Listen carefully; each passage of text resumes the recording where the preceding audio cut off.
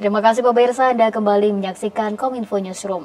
Pemirsa, pemerintah Indonesia sudah beberapa kali memberangkatkan misi perdamaian yang membawa bantuan kemanusiaan untuk korban konflik Gaza, termasuk membawa bantuan kemanusiaan menggunakan kapal KRI Dr. Rajiman Wedyo Diningrat 992 milik TNI AL ke Palestina.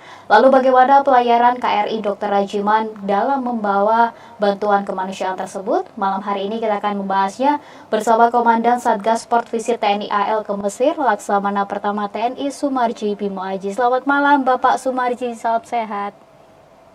Selamat malam Mbak Anggria, salam sehat seluruh pemirsa GPR TV. Ya, baik Bapak, terima kasih sudah bergabung bersama kami di Kominfo Newsroom Bapak. Dan malam hari ini kita akan membahas terkait bantuan kemanusiaan untuk Palestina begitu ya Bapak. Nah, di tengah konflik Timur Tengah yang masih bergejolak hingga saat ini, bahkan di lautan juga turut menjadi kawasan yang mencekam. Bisa diceritakan Bapak Sumarji bagaimana perjalanan KRI Dr. Rajiman kemarin dalam berlayar melintasi laut di Timur Tengah Bapak? Baik, terima kasih Mbak Anggria. Pertama-tama saya sampaikan salam kepada pemirsa GPR TV. Pada malam hari ini izinkan saya memperkenalkan diri. Saya Laksamana Pertama TNI Sumarji Bimo Aji. Jabatan sehari-hari saya sebagai Komandan Gugus Keamanan Laut Koarmada 3 di Biak, di mana pada saat pelaksanaan Satgas saya mendapatkan amanah selaku Komandan Satuan Tugas Operasi Muhibah Port Visit ke Mesir tahun 2024. Di awal keberangkatan kami Mbak Anggria di tanggal 18 Januari tahun 2024, Satgas Operasi Muhibah dilepas oleh Bapak Menteri Pertahanan Republik Indonesia, Bapak Prabowo Subianto dan Kepala Staf TNI Angkatan Laut di Dermaga Kolin Lamil Jakarta. Kemudian kami berangkat menuju ke Batam untuk melaksanakan beberapa persiapan, kemudian lanjut menuju ke Belawan. Dan di tanggal 28 Januari kami berangkat menuju ke El Aris, Mesir untuk melaksanakan dropping bantuan kemanusiaan, di mana selama pelayaran kami melewati daerah yang cukup rawan atau wilayah pertempuran antara kelompok Houthi berhadapan dengan gabungan pasukan koalisi dari Amerika Serikat maupun dari negara Eropa, berkaitan dengan terjadinya penyerangan terhadap kapal-kapal yang melintas di perairan mulai dari Teluk Aden, kemudian Selat Bab El Mandeb sampai dengan perairan Red Sea atau Laut Merah. Perlu kami ceritakan di sini Mbak Anggria dan pemirsa GPR TV bahwa pada saat kami melintas, kami telah melaksanakan beberapa kegiatan atau taktik berupa kami mengibarkan bendera merah putih terbesar yang dimiliki oleh KRI Dr. Rajiman Wedyo Diningrat 992 untuk memudahkan identifikasi terhadap KRI Dr. Rajiman Wedyo Diningrat. Kemudian kami setting di Automatic Identification System dengan nama Indonesian Hospital Ship, dan juga kami mengatur pembagian jaga berupa peran jaga perang dengan sebagian kekuatan 107 prajurit untuk melaksanakan pengawasan selama melintas di Teluk Aden sampai dengan Red Sea. Demikian Mbak Anggria. Baik Pak Sumarji, selama misi kemanusiaan itu apa kendala dan juga tantangan yang dihadapi Pak Sumarji? Baik Mbak Anggria, selama pelayaran kami total 57 hari di mana kami menempuh jarak 11.508 nautical miles. Tidak ada hambatan yang berarti, hanya saja pada saat kami melintas di wilayah pertempuran antara kelompok Houthi maupun pasukan koalisi Amerika maupun Eropa, di wilayah tersebut banyak sekali kemungkinan-kemungkinan yang dapat kami hadapi, di antaranya masih maraknya pembajakan kapal di perairan Teluk Aden, sehingga kami mengantisipasi dengan yang tadi kami sampaikan berupa peran jaga perang untuk menyiapkan apabila ditemukan gangguan atau kemungkinan serangan dari baik itu pembajak ataupun pihak-pihak yang melaksanakan hambatan terhadap misi kami. Kemudian pada saat melintasi Selat Bab El Mandeb sampai dengan Red Sea, kami berhadapan langsung dengan kemungkinan serangan dari kelompok Houthi. Namun alhamdulillah kami tidak ada kendala sampai dengan kami kembali. Memang di sepanjang pelayaran melewati traffic separation scheme di perairan Yaman, kami menemukan beberapa kontak-kontak yang mencurigakan berupa speedboat yang mengikuti pergerakan kapal kami, di mana kami menganalisa kemungkinan speedboat tersebut adalah merupakan pengawas atau pengamat terhadap kapal-kapal yang melintas sebelum mereka melaksanakan penyerangan. Namun dengan onboardnya force protection di kapal kami ini cukup efektif untuk menghambat mereka untuk melaksanakan serangan terhadap KRI Dr. Rajiman Wedyo Diningrat 992. Demikian Mbak Anggia. Ya, tidak ada kendala yang berarti begitu ya Bapak? Betul Mbak Anggia. Ya, kemudian bantuan kemanusiaan apa saja yang disalurkan untuk warga Palestina begitu? Kemudian ketika sudah sampai Mesir, yang menerima bantuan tersebut siapa Bapak?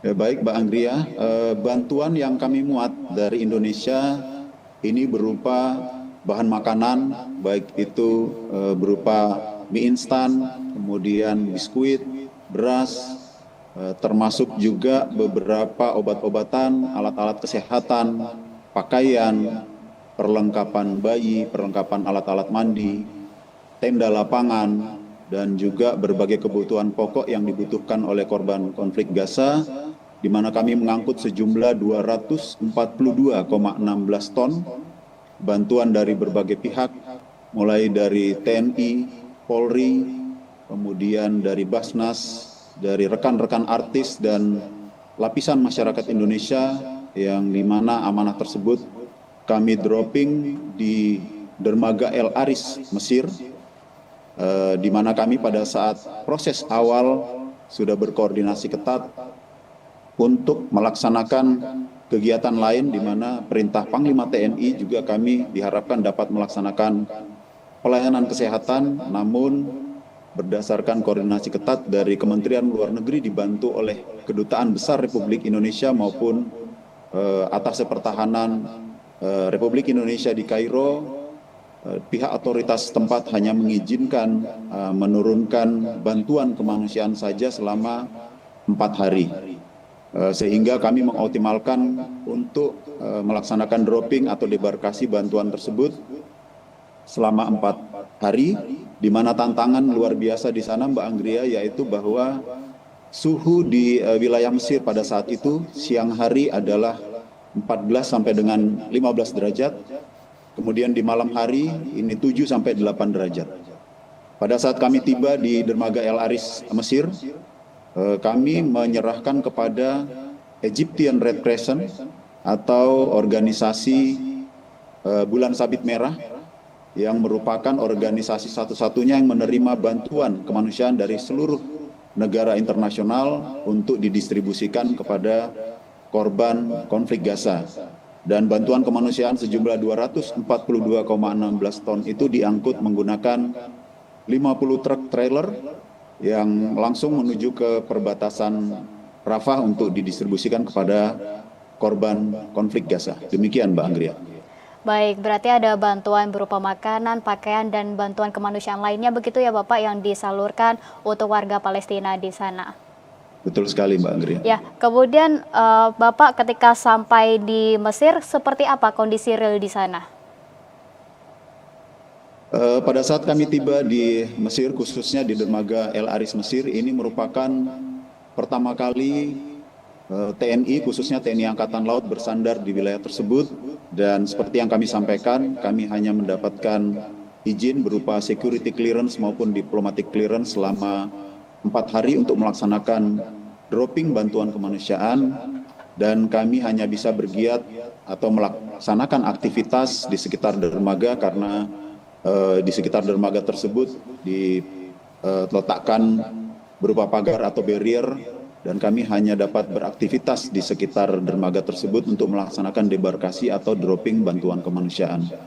Wilayah El Aris ini juga merupakan wilayah yang cukup sepi Mbak Anggria, karena dulunya merupakan wilayah wisata, namun sempat terjadi pertempuran di wilayah tersebut dilaksanakan oleh tentara atau militer dari Mesir. Kemudian Kenapa memilih di Dermaga El Aris? Karena Dermaga El Aris ini cukup dekat jaraknya dengan perbatasan di Gaza, khususnya Rafah, yaitu sekitar 44 km, sehingga dropping bantuan kemanusiaan yang telah diangkut ke 50 truk dikoordinir oleh Egyptian Red Crescent dapat segera dikirimkan dan didistribusikan melalui Dermaga El Aris Mesir tersebut, Mbak. Demikian, Mbak Andrea. Baik, Pak Sumarji, kemudian dari data yang kami dapatkan untuk rute pelayaran yang dipilih itu melalui Jakarta, kemudian Belawan, dan berakhir di El Aris Mesir. Nah, dari pihak TNI sendiri mengapa memilih rute ini begitu, Pak? Betul sekali, Mbak Andrea. Kenapa kami memilih rute tersebut? Mengingat berdasarkan perintah dari Panglima TNI, kemudian khususnya Bapak Kepala Staf TNI Angkatan Laut melalui Asop Kasal, kami harus melaksanakan efisiensi, baik terkait dengan penggunaan bahan bakar, penggunaan waktu terutama, sehingga dropping bantuan kemanusiaan ini dapat kita laksanakan secepat mungkin. Sehingga kami membuat trek pelayaran mulai dari Jakarta menuju ke Batam untuk persiapan, selanjutnya menuju ke Belawan dan langsung direct menuju ke El Aris melewati Terusan Suez, sehingga kami bisa tepat waktu, mengingat dari otoritas tempat kami sudah ditentukan waktu untuk dropping bantuan kemanusiaan tersebut di tanggal 13 Februari sampai dengan tanggal 17 Februari atau selama 4 hari, sehingga kami harus menggunakan rute tercepat dan tersingkat. Dan mengingat di awal kami menyampaikan juga kami melewati daerah pertempuran di wilayah sekitar Red Sea, sehingga kami harus segera tiba di El Aris Mesir untuk dropping bantuan dan segera kembali ke Indonesia melalui rute yang hampir sama. Namun kami singgah di Jeddah untuk melaksanakan refuel atau pengisian bahan bakar, sekaligus memberikan kesempatan kepada kru atau satgas untuk melaksanakan ibadah umroh, dan selanjutnya kami kembali ke Jakarta melalui Batam dan tiba di Jakarta pada tanggal 15 Maret tahun 2024. Demikian, Mbak Andrea. Baik, berarti pemilihan rute ini agar lebih efisiensi begitu ya Pak Sumarji, agar pendistribusian bantuan ini tepat waktu sampai di Mesir gitu ya Pak? Betul sekali, Mbak Andrea. Ya, baik. Kemudian terakhir Pak Sumarji, untuk pengiriman bantuan ini mengapa menggunakan kapal rumah sakit? Kenapa tidak dengan kapal yang lain begitu Pak Sumarji? Baik, Mbak Andrea, berdasarkan perintah dari Panglima TNI untuk penyiapan kapal yang mengirimkan bantuan kemanusiaan ini di awal adalah telah ditunjuk kapal jenis bantu rumah sakit. Mengingat hasil koordinasi ketat baik dengan Kementerian Luar Negeri, Kementerian Sosial, Kementerian Pertahanan, dan khususnya dari Mabes TNI kepada Mabes TNI Angkatan Laut agar menyiapkan kapal bantu rumah sakit untuk melaksanakan pelayanan medis dan sekaligus dropping bantuan kemanusiaan. Jadi di awal, Mbak Andrea, perintahnya adalah melaksanakan kegiatan bantuan medis, sehingga kami mempersiapkan di Satgas kami dari jumlah 214 personil yang kami bawa, itu juga kami membawa dokter spesialis. Namun setelah dilaksanakan koordinasi ketat dari Kementerian Luar Negeri dibantu oleh Kedutaan Besar Republik Indonesia dan Atase Pertahanan di Kairo di Mesir, ternyata otoritas tempat hanya mengizinkan untuk dropping bantuan kemanusiaan. Sehingga setelah penunjukan di awal, penyiapan kapal sudah siap baik kondisi teknis maupun dukungan logistik, KRI Dr. Rajiman Wadio Diningrat tetap diberangkatkan dengan jumlah Satgas 214 untuk melaksanakan misi bantuan kemanusiaan berupa dropping bantuan kemanusiaan di dermaga El Aris Mesir sesuai dengan security clearance maupun diplomatic clearance atau izin yang diberikan oleh otoritas tempat.